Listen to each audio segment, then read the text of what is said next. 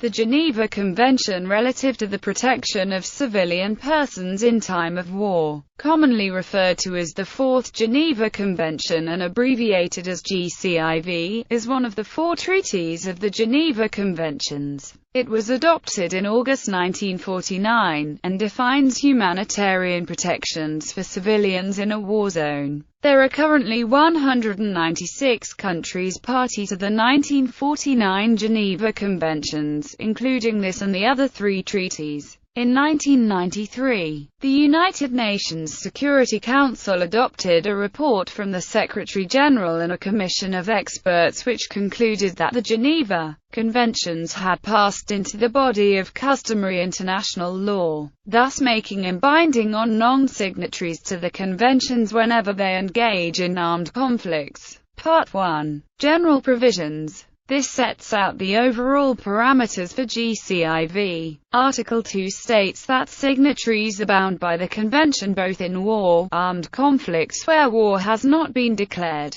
and in an occupation of another country's territory. Article 3 states that even where there is not a conflict of international character, the parties must as a minimum adhere to minimal protections described as non-combatants, members of armed forces who have laid down their arms, and combatants who are ordered to combat due to wounds, detention, or any other cause shall in all circumstances be treated humanely, with the following prohibitions: violence to life in person, in particular murder of all kinds, mutilation, cruel treatment and torture, taking of hostages, outrages upon personal dignity, in particular humiliating and degrading treatment, the passing of sentences and the carrying out of executions without previous judgment pronounced by a regularly constituted court, affording all the judicial guarantees which are recognized as indispensable by civilized peoples. Article 4 defines who is a protected person.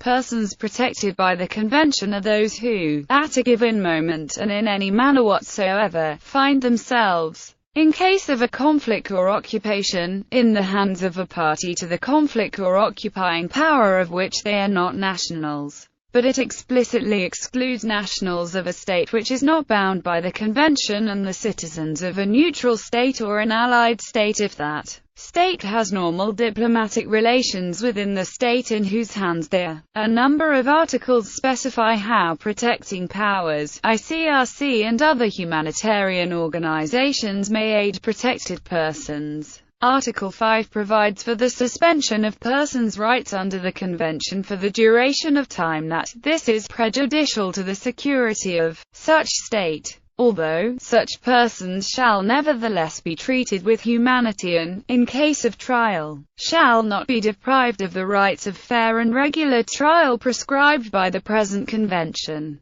Protected person is the most important definition in this section because many of the articles in the rest of GCIV only apply to protected persons. Part 2. General protection of populations against certain consequences of war. Article 13. The provisions of Part 2 cover the whole of the populations of the countries in conflict, without any adverse distinction based, in particular, on race, nationality, religion or political opinion, and are intended to alleviate the sufferings caused by war. Part 3. Status and treatment of protected persons. Section I. Provisions common to the territories of the parties to the conflict and to occupied territories. Article 32. A protected person per second shall not have anything done to them of such a character as to cause physical suffering or extermination. The physical suffering or extermination of protected persons in their hands.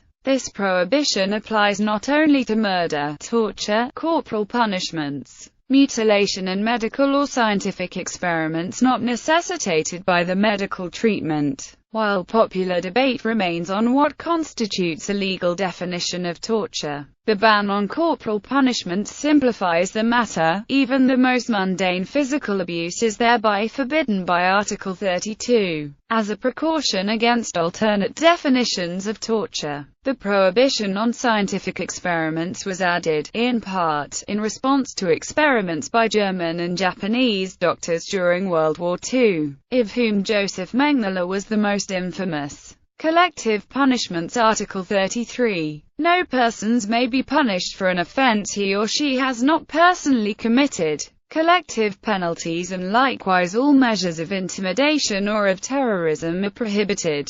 Pillage is prohibited. Reprisals against persons and the property are prohibited. Under the 1949 Geneva Conventions, collective punishment is a war crime. By collective punishment, the drafters of the Geneva Conventions had in mind the reprisal killings of World War I and World War II. In the First World War, the Germans executed Belgian villages in mass retribution for resistance activity during the Rape of Belgium. In World War II, both the Germans and the Japanese carried out a form of collective punishment to suppress resistance. Entire villages or towns or districts were held responsible for any resistance activity that occurred in them. The conventions, to counter this, reiterated the principle of individual responsibility. The International Committee of the Red Cross commentary to the convention states that parties to a conflict often would resort to intimidatory measures to terrorize the population, in hopes of preventing hostile acts. But such practices strike at guilty and innocent alike. They are opposed to all principles based on humanity and justice. Additional Protocol 2 of 1977 explicitly forbids collective punishment. But as fewer states have ratified this protocol than GCIV Article 33 is the one more commonly quoted. Section 3. Occupied territories. Articles 47 to 78 impose substantial obligations on occupying powers, as well as numerous provisions for the general welfare of the inhabitants of an occupied territory. An occupier may not forcibly deport protected persons, or deport or transfer parts of its own civilian population into occupied territory. Art. 49. Individual or mass forcible transfers, as well as deportations of protected persons from occupied territory to the territory of the occupying power or to that of any other country, occupied or not, are prohibited, regardless of their motive. Nevertheless,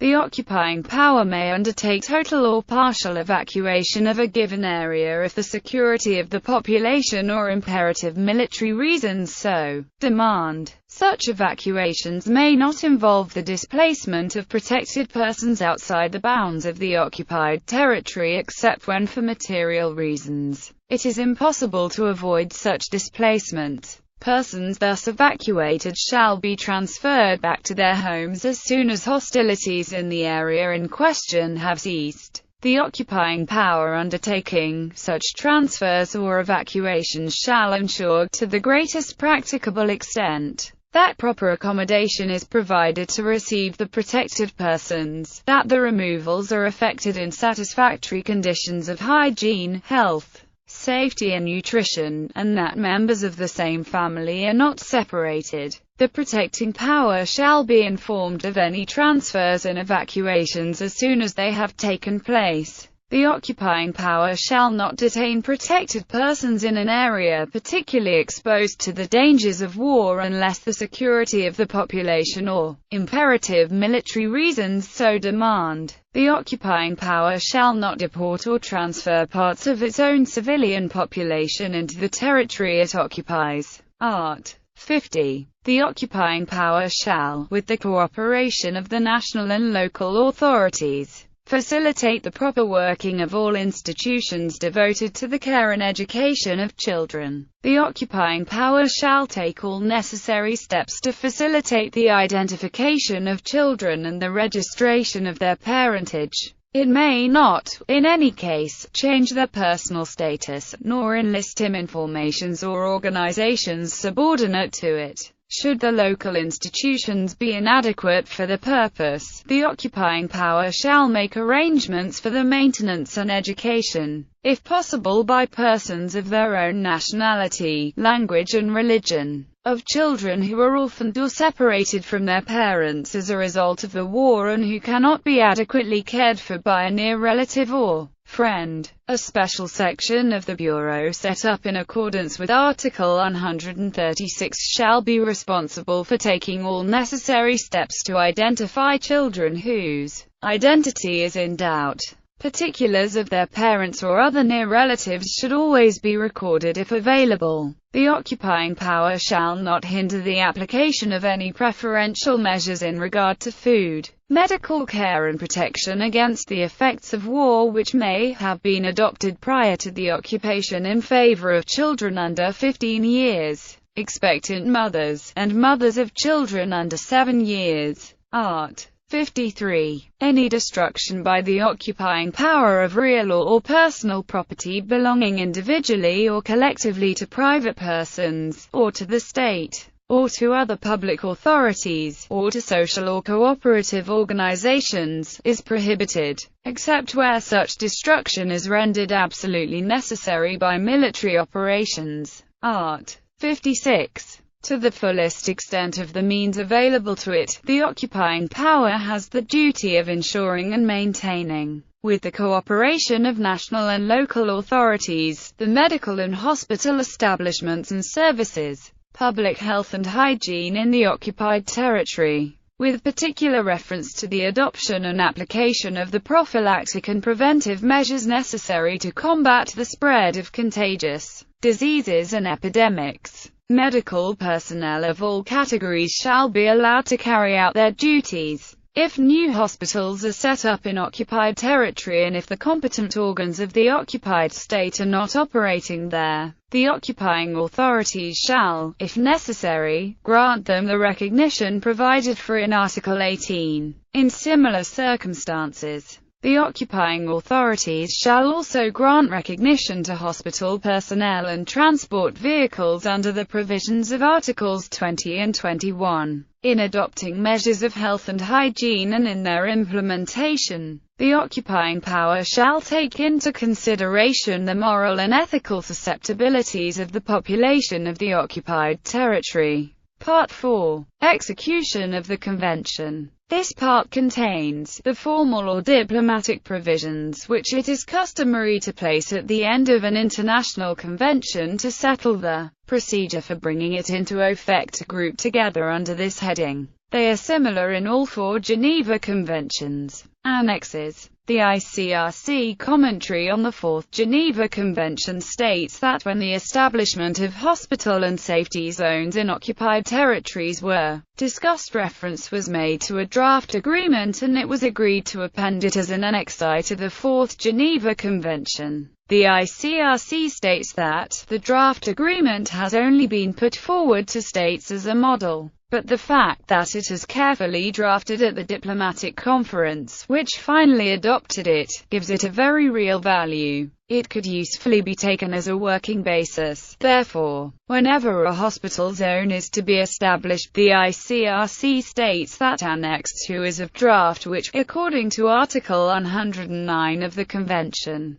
will be applied in the absence of special agreements between the parties, deals with the conditions for the receipt and distribution of collective relief shipments. It is based on the traditions of the International Committee of the Red Cross which submitted it, and on the experience the committee gained during the Second World War. Annex III contains an example internment card, letter and correspondence card, an example internment card with dimensions of 10 x 15 centimeters, an example letter with dimensions of 29 x 15 centimeters, an example correspondence card with dimensions of 10 x 15 centimeters.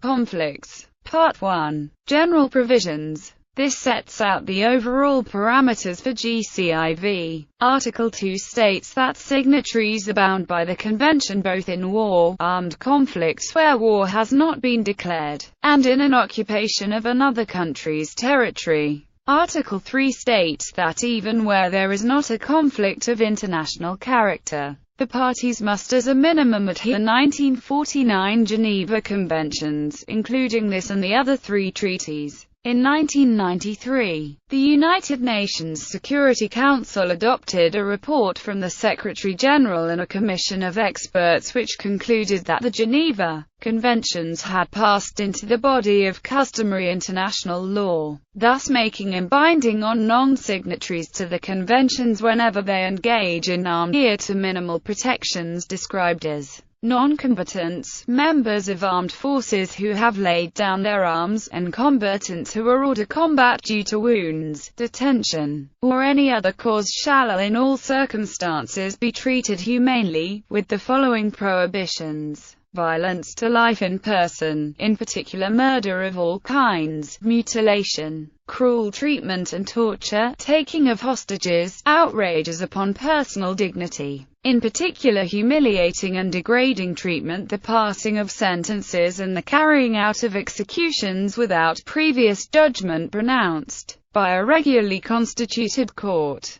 affording all the judicial guarantees which are recognized as indispensable by civilized peoples. Article 4 defines who is a protected person. Persons protected by the Geneva Convention relative to the protection of civilian persons in time of war, commonly referred to as the Fourth Geneva Convention and abbreviated as GCIV, is one of the 4 treaties of the Geneva Conventions. It was adopted in August 1949, and defines humanitarian protections for civilians in a war zone. There are currently 196 countries party to the